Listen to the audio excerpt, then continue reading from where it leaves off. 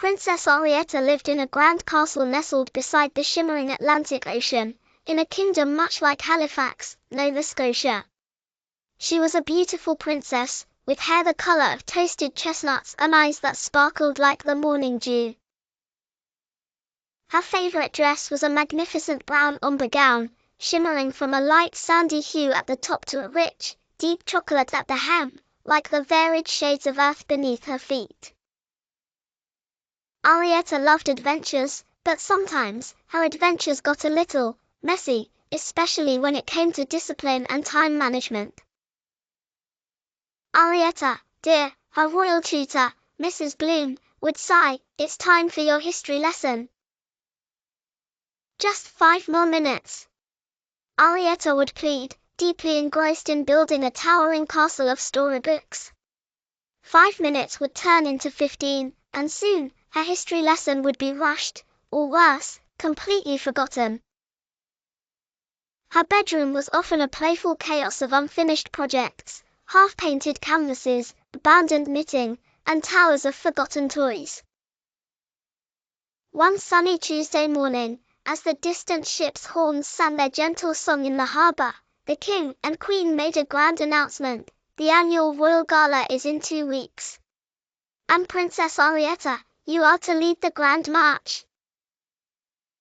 Arietta's eyes widened. The Grand March. It was a beautiful dance that opened the ball, requiring many practice sessions and perfect timing. She also needed to design a special new accessory for her ombre dress.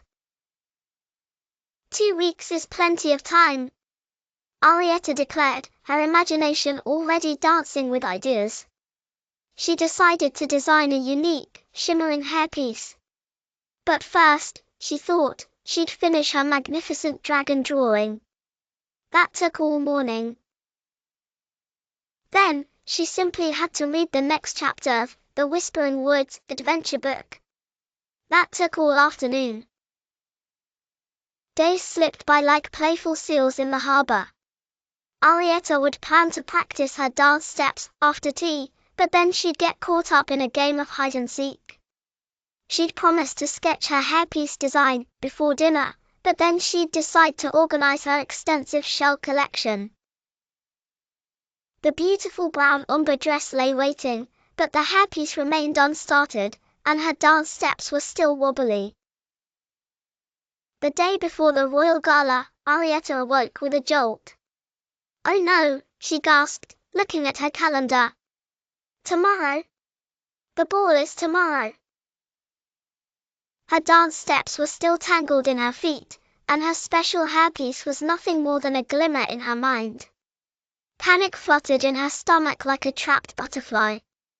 Her room was a jumble of half-finished crafts.